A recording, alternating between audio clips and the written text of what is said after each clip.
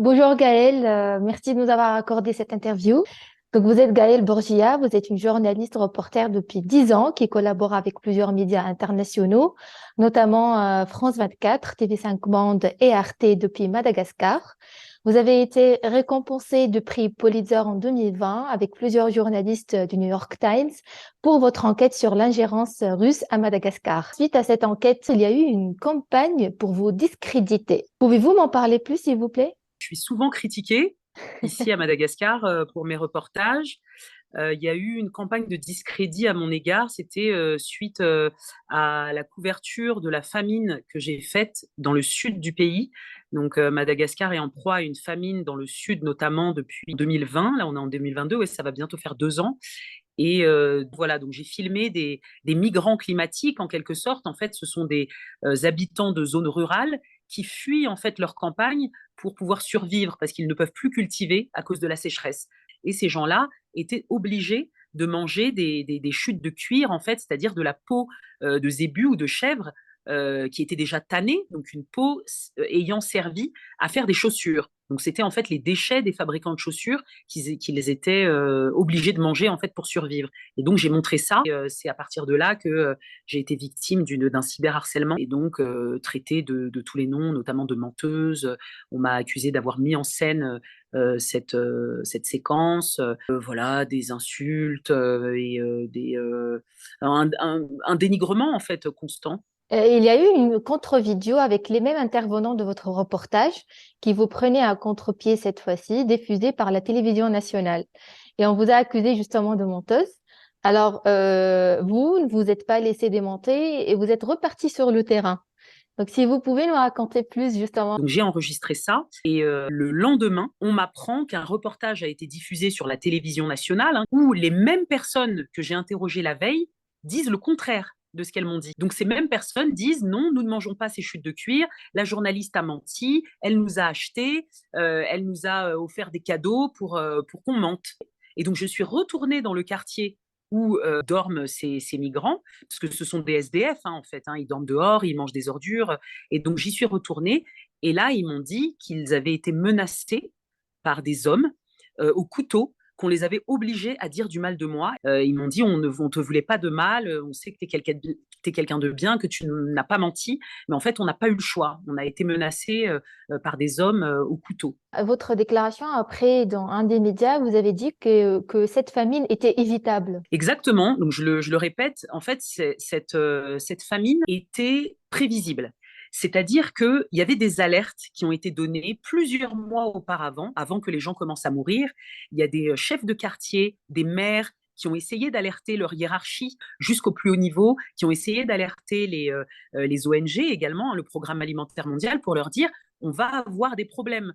On n'a plus de bétail. La sécheresse commençait à arriver, donc les gens savaient qu'ils allaient avoir très peu de récoltes, et donc les alertes étaient déjà là. Et j'ai demandé d'ailleurs au Programme alimentaire mondial, mais vous n'avez pas pu prévoir cette famine? Ils m'ont dit que le système d'alerte précoce n'avait pas bien fonctionné, qu'ils se sont retrouvés devant le fait accompli.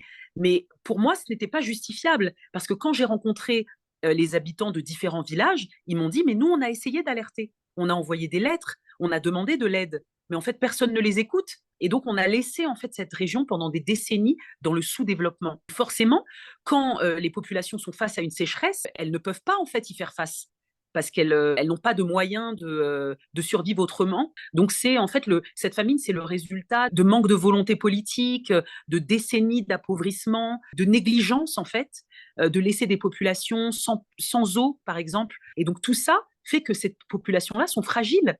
Et lorsqu'il y a une sécheresse, bien forcément, on fait face à une famine. C'est pour ça que je dis que c'est pas une famine climatique, c'est une famine politique, c'est une famine qui aurait pu être évitée. Moi, je déplore le fait que les politiques mettent cette famine sur le compte du changement climatique, parce que ce n'est pas vrai, et ça a été prouvé par des scientifiques. Parlons du changement climatique, de la crise climatique. Vous étiez également l'un des 60 journalistes qui ont lancé un appel pour le respect du droit d'informer sur les questions environnementales lors de la COP26.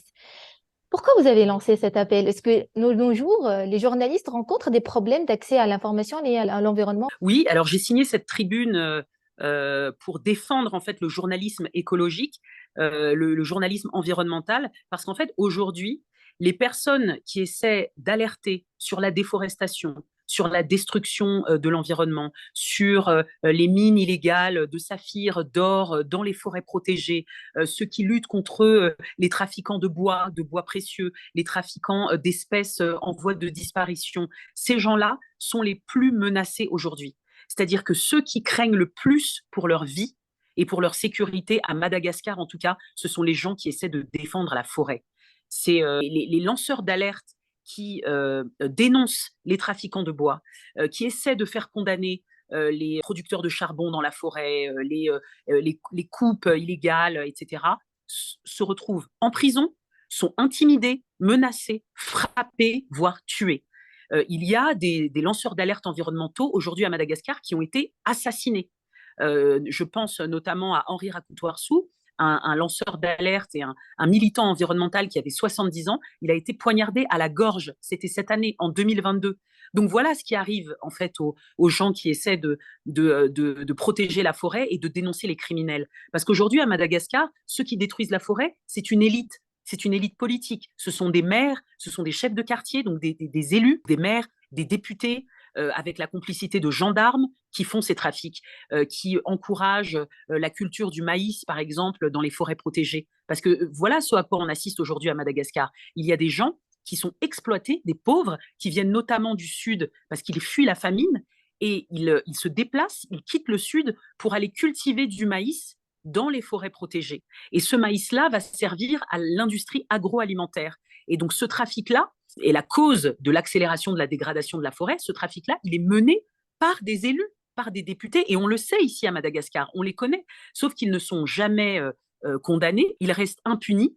Et en revanche, ceux qui sont punis, ce sont ceux qui les dénoncent. Donc du coup, aujourd'hui, tout le monde a peur, en fait. Et c'est pour ça que je pense que c'est important de signer ce genre de tribune et de dire s'il vous plaît, il faut que les journalistes puissent enquêter sur des crimes environnementaux. Il faut qu'il y ait des journalistes environnementaux dans le monde parce que c'est vital, en fait. C'est vital parce que la forêt disparaît et personne ne peut rien dire.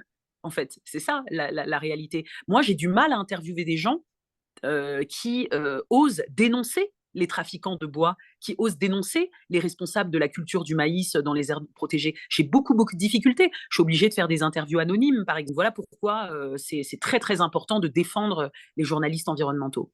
Est-ce que vous avez travaillé sur des enquêtes liées aux questions environnementales? Et si vous pouvez nous parler d'une de ces enquêtes, surtout si c'est lié à une affaire de corruption environnementale. Alors oui, j'ai enquêté sur une affaire de corruption environnementale dans le sud-ouest de Madagascar, dans la région Ménabé.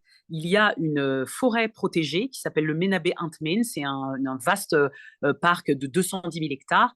Et ce parc est en voie de disparition. C'est-à-dire que la moitié de la superficie du parc a déjà disparu, est partie en fumée. Parce que donc tous les ans, il y a des gens qui arrivent illégalement, qui rentrent dans la forêt, brûlent pour défricher et cultivent le maïs. Et j'ai enquêté depuis 2019 sur qui était derrière ces cultures de maïs dans les aires protégées. Et on a constaté, d'après plusieurs témoignages, que les personnes qui sont derrière ces cultures de maïs dans les aires protégées sont des députés, par exemple. Donc des cultivateurs nous ont dit que des députés leur achetaient le maïs. On sait que des députés, maires, organisent la culture de maïs, achètent ce maïs et donc corrompent finalement l'administration, les gendarmes pour pouvoir faire circuler ce maïs, faire sortir le maïs des zones protégées. Donc là, on a véritablement affaire à un cas de corruption environnementale. C'est-à-dire que pour pouvoir tirer des ressources illégales de la forêt protégée, eh bien, on utilise son pouvoir, on utilise les gendarmes que l'on va payer, que l'on va corrompre pour pouvoir sortir le maïs de la forêt, et on va finalement falsifier les papiers du maïs. Donc tout ça est un véritable réseau, tout ça est bien orchestré, bien huilé, et c'est totalement de la corruption environnementale. Est-ce que vous avez subi des intimidations durant cette enquête? Je n'ai pas subi d'intimidation directe, mais le problème, ce sont les personnes qui n'osent pas parler. C'est-à-dire que nous, on essaie d'enquêter sur zone, on se rend sur les lieux, on essaie d'interviewer tout un tas d'interlocuteurs et la plupart n'osent pas parler face caméra. Et lorsque ces personnes osent parler face caméra, nous ne pouvons pas utiliser les interviews parce que nous savons quelles vont être les conséquences pour ces personnes. Parfois, des personnes nous parlent de manière un petit peu inconsciente, mais on sait qu'une fois qu'on sera parti, mais c'est peut-être la mort qui les attend en fait. Donc moi, j'ai plein d'interviews, mais je ne peux pas les utiliser parce que je ne veux pas mettre en danger mes sources. Et c'est pour ça que c'est très difficile en fait d'enquêter sur cette corruption environnementale, sur ces trafiquants, parce qu'en fait, ce sont des gens puissants qui génèrent beaucoup d'argent avec les ressources de la forêt. Donc il y a beaucoup d'argent en jeu et on se retrouve en fait au milieu d'une omerta et on doit faire très attention parce que moi, je crains toujours qu'une fois que je serai rentrée de reportage, eh bien mes interlocuteurs soient intimidés, voire assassinés. J'espère que le droit à l'information environnementale sera protégé et respecté dans les années prochaines parce que on fait face à une crise climatique très grave qui met en péril la vie des milliers de personnes. Merci beaucoup Gaëlle, c'était vraiment un plaisir. Merci pour toutes ces informations et je vous souhaite une bonne continuation dans vos enquêtes qui ne cessent de dévoiler la vérité sur la corruption et les corrompus surtout. Merci beaucoup.